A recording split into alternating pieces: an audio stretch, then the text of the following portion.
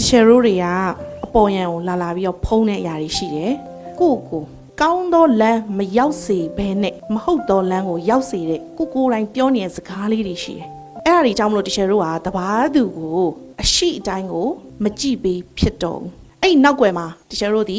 မခင်လိုက်ရတဲ့သူတွေပြတ်သွားတဲ့ relationships တွေပျက်စီးသွားသောအကျိုးရှိလာမဲ့အရာတွေဘာမှဆက်မဖြစ်လာတော့တချို့လူတွေကိုဘာကြောင့်မလို့ကိုယ့်ရဲ့ beliefs တွေနဲ့သွားပြီးတော့တိုင်းတာပြီးတော့ကိုကအကဲဖြတ်နေမိတာလေတကယ်တော့တချယ်တို့ကဘာဖြစ်စေချင်တာလဲဆိုဆရာနဲ့တီချင်တဲ့ကဒီ ITTI ကိုဆရာမတွေတခုခုအခက်ခဲကြုံလာပြီးဆိုတိုင်းပြန်ပြီးတော့ဆင်းပြီးတော့ကိုယ့်ရဲ့ inner child ကိုပြန်ပြီးတော့ playfulness ပျော်လို့ရအောင်တခုခုအခက်ခဲကြုံတိုင်းအဖြေပြန်လာရှာလို့ရအောင်တခုခုအခက်ခဲကြုံတိုင်းဒီမှာချစ်ချင်းတွေပြန်ခံစားတတ်အောင်တခုခုအခက်ခဲကြုံလာတိုင်းကိုယ့်ကိုပြန်ရှာဖွေနိုင်အောင်ဆိုတဲ့ရည်ရွယ်ချက်နဲ့ဖွဲ့စည်းခဲ့တာ